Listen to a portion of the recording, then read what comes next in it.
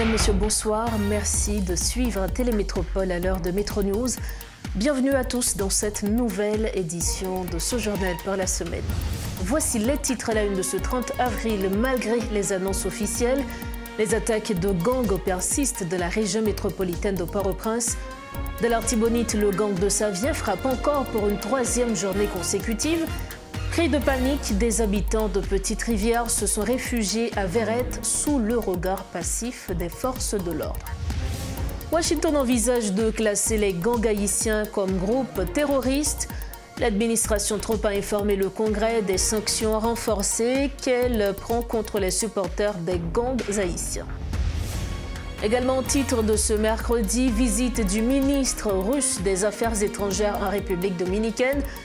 À Saint-Domingue, les chefs de diplomatie dominicains et russes ont discuté géopolitique, coopération et urgence d'une réponse internationale à la crise haïtienne.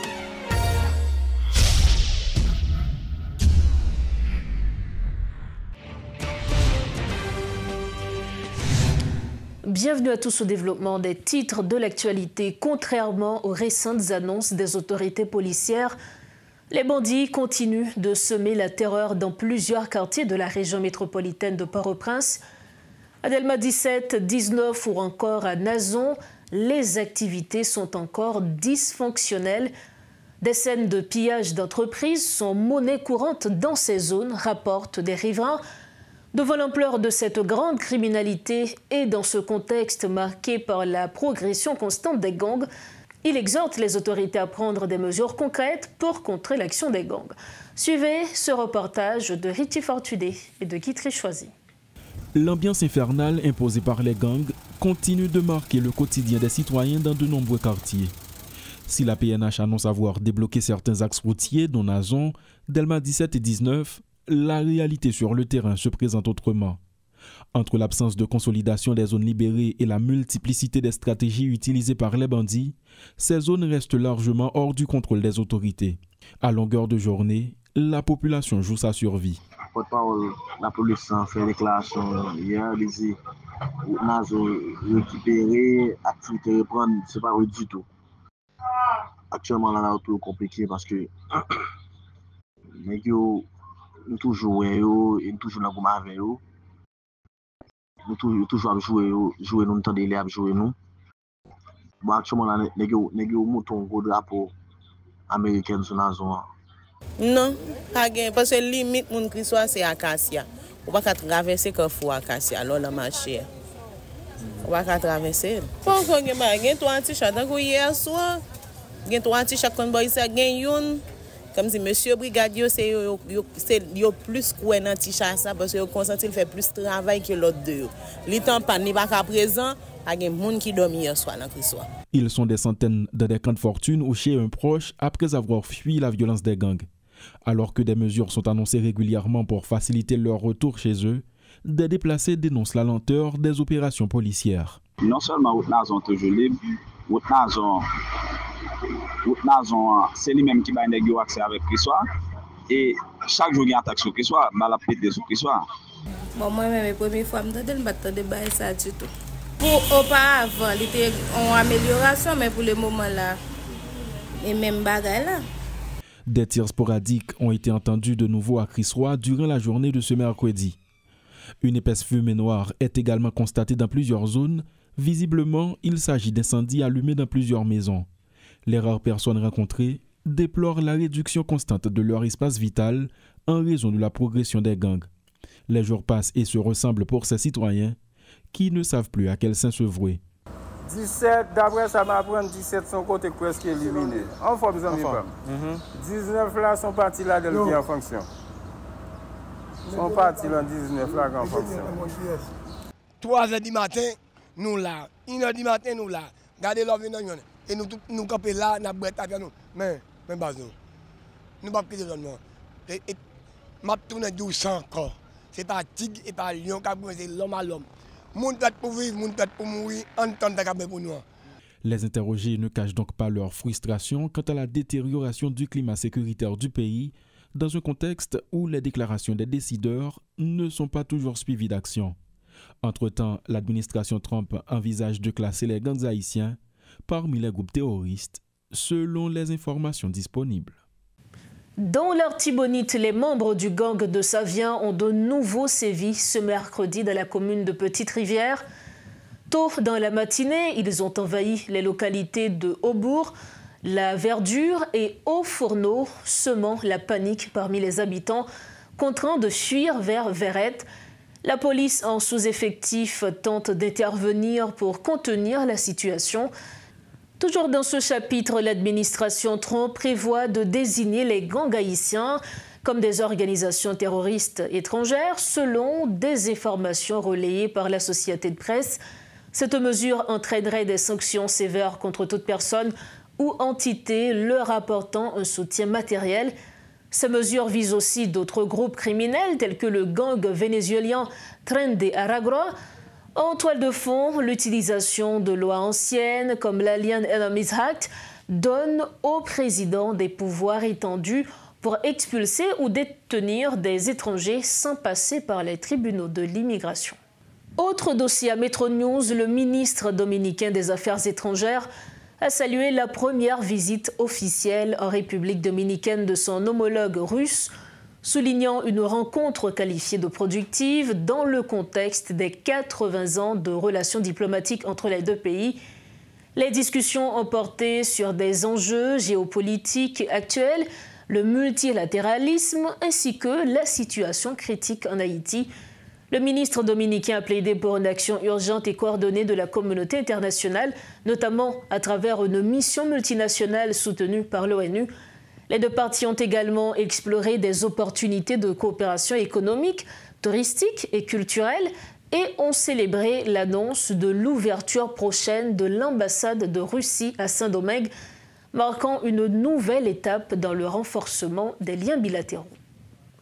Autre information, le ministère haïtien des Affaires étrangères et des cultes a révélé que certaines missions diplomatiques et consulaires d'Haïti aux États-Unis ont été avisés par Citibank de la possible fermeture de leur compte bancaire dans un délai de 60 jours. Dans un communiqué officiel daté de mardi, la chancellerie précise que cette mesure n'est pas liée à la gestion financière des représentations haïtiennes, mais s'inscrit dans le cadre de nouvelles politiques internes adoptées par la Banque américaine à l'égard des comptes détenus par des entités diplomatiques sur le sol américain.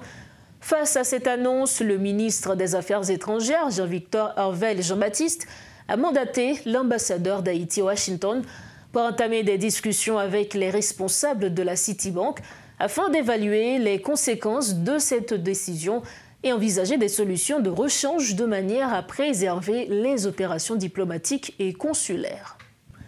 Le criminologue Luckner Edouard plaide en faveur de l'élaboration d'un plan de sécurité nationale incluant notamment l'identification systématique des citoyens haïtiens dès la naissance. Invité ce mercredi à la rubrique Le Point, il a souligné l'importance pour les autorités de s'approprier véritablement les enjeux sécuritaires, tout en déplorant leur indifférence face aux nombreuses offres d'assistance. Dr Luckner Edouard est le président de la Société haïtienne de criminologie et d'études pénales. Nous avons deux façons pour nous retirer Haïti dans sa liée là. Un, il faut nous avoir un plan de sécurité nationale, qui a commencé depuis la naissance. C'est là que nous parlons ici de pelmatoscopie. La pelmatoscopie, c'est science qui permet que vous étudiez ou faire empreinte plat pied depuis les fins faites là. C'est parce que l'origine papier ou des traces blanches les fins faites, pas vrai? C'est ça où les relief papier, mais crête papier là. C'est avec des techniciens depuis dans l'hôpital pour capable prendre empreinte plat pied avec premier pouce maman pour capable identifier tout le monde ça depuis l'hôpital là pour pas perdre diaclote. Et c'est cela encore. Vous faites ça en Haïti? Pas que ça, c'est là. Pour nous bâtir un plan de sécurité nationale, il faut commencer depuis la naissance. Pour nous sortir dans ça, nous faut nous un plan de sécurité qui fait prévention après. Nous finissons sortir dans ça, nous là. Maintenant, quelle technique nous supposons utiliser pour nous sortir dans ça, nous là? Parce que la population que ça n'a pas, nous-mêmes population, nous toutes victimes. Nous sommes des victimes. Nous. Chaque fois qu'on prend un monde kidnappé, ou bien on mourit, il fait un effet psychologique sous parents et sur nous-mêmes dans la société. Ça veut dire nous tous nous avons droit à rien. Violation nous violer, droit nous violer dans tous sens. Maintenant, comment nous sortir dans ça? Pour nous sortir dans ça, nous-mêmes en tant que citoyens, nous ne pouvons pas faire un plan de sécurité pour nous sortir dans ça. Il faut que nous ayons l'État. faut que l'État conscient pour dire OK. M'a réuni à toute équipe avec des techniciens pour nous résoudre le problème. Il faut des professionnels, des techniciens dans la matière. Pour nous chiter pour nous dire rapidement mon plan stratégique. L'armée, la police, l'armée, la police, système de renseignement, information, nous besoin et tout bureau de l'État entré après communication et puis là, il faut mettre la population, le peuple au centre. Le fait que nous gagnons là, l'État, la population pas confiance dans l'État que nous gagnons là, parce que l'État il fait partie de ça qui vivre là. Faire un plan de sécurité, il va quoi? Maintenant, on fait un plan stratégique. Tu as la participation de l'armée, participation de la police, et puis population. Ça, c'est plan stratégique qu'on a pour nous dire comment on a sorti là-dedans. Là, nous ne pouvons pas dire, il faut que nous-mêmes en tant que citoyens, nous avons gagné, nous avons comme on veut, mais c'est nous qui avons dit là. Non, il faut que c'est l'État. D'ailleurs, c'est l'État qui doit prendre possible. C'est l'État qui doit prendre l'initiative là. Nous-mêmes, nous avons porté participation. C'est ça qui fait nous avons des techniciens en Colombie là, qui sont prêts pour nous porter force. Nous avons des Mexicains qui sont prêts pour aider nous. Pour nous battre. Nous avons des Costariens qui sont prêts. Même nous avons des amis qui sont en Suisse, des graphologistes qui sont prêts pour venir aider nous, pour nous coup de main. Mais nous n'avons pas l'État qui l'État pas voulu. L'État pas voulu ça. Nous me fait approche, bon m'écrit, bon m'a pas montre plus loin. Est-ce qu'on est un moment que le premier ministre n'apparaît me dit ah bon, me regarder, m'écrit me dit une fois en compte pour nous parler de vision comment nous capable bien dans ça dire. Et pas répondre. Nous écrit ministre et justice là, yo marron. Nous mandé ministre éducation nationale là. Il marron. Il finit oui, il court parce que ça pas intéressé du tout. L'État nous gagne là, il pas intéressé. Problème insécurité criminalité yo là dans regardez si domaine pas yo coupable de coupable ou pas vle de pas vle ou là ça veut dire que solution c'est qui s'allier qu'on là faut nous gérer solution entre nous-mêmes. Oui mais dans quel but? Parce qu'il pas c'est la fait l'argent bon. Pour refermer la page nationale de Métro News, la plateforme politique Chemin Délivrance remet sur la table sa proposition de confier le pouvoir à un juge issu de la Cour de cassation. Pour ses membres, il s'agit de la seule issue viable à la crise politique qui s'enlise. La plateforme n'a jamais soutenu l'idée d'un collège présidentiel, rappelle son président Jean-Élisée Seliska. Selon lui, le CPT est incapable de rétablir la sécurité dans une capitale gangrénée par la violence. Il n'est pas trop tard pour se tourner vers la Cour de cassation, insiste le numéro 1 de Chemin Délivrance. Nous écoutons les propos de Jean-Élisée Seliska. Pour ne pas tomber dans ça, la vie que je ne dis, qui c'est une transition institutionnelle qui t'a allé vers la Cour de cassation. Et nous connaissons, en pile monde dans la société, pas d'accord avec nous, je ne dis, et ça fait, n'a vivre, ça n'a vivre, je ne dis. Il y a des gens qui parlent tout non. Il y a des gens qui relèvent et dissension. Et interne, il y a des gens qui relèvent insécurité générale, il y a des gens qui relèvent désordre généralisé. Mais nous tous conscients que ça n'a pas vu journée aujourd'hui, c'est comme une première fois dans la vie. Nous arrivons au terme de cette édition de Métro News. Avant de partir, le rappel des principaux titres à la une. Malgré les annonces officielles, les attaques de gangs persistent dans la région métropolitaine de Port-au-Prince. Dans l'Artibonite, le gang de Savien frappe encore pour une 3e journée consécutive. Pris de panique, des habitants de Petite-Rivière se sont réfugiés à Verrette sous le regard passif des forces de l'ordre. Washington envisage de classer les gangs haïtiens comme groupe terroriste. L'administration Trump a informé le Congrès des sanctions renforcées qu'elle a prises contre les supporters des gangs haïtiens. Et puis visite du ministre russe des Affaires étrangères en République dominicaine. À Saint-Domingue, les chefs de diplomatie dominicains et russes ont discuté géopolitique, coopération et urgence d'une réponse internationale à la crise haïtienne. C'est sur ces éléments que nous refermons cette édition de Métro News. Merci à toute l'équipe de Métropole. Demain, le 1er mai, nous célébrons la fête de l'agriculture et du travail. Certes, le pays est en crise, mais le travail continue. Et à ceux qui avancent malgré tout, qui portent Haïti à bout de bras, merci à vous tous, travailleurs, agriculteurs. Bonne fête de l'agriculture et du travail.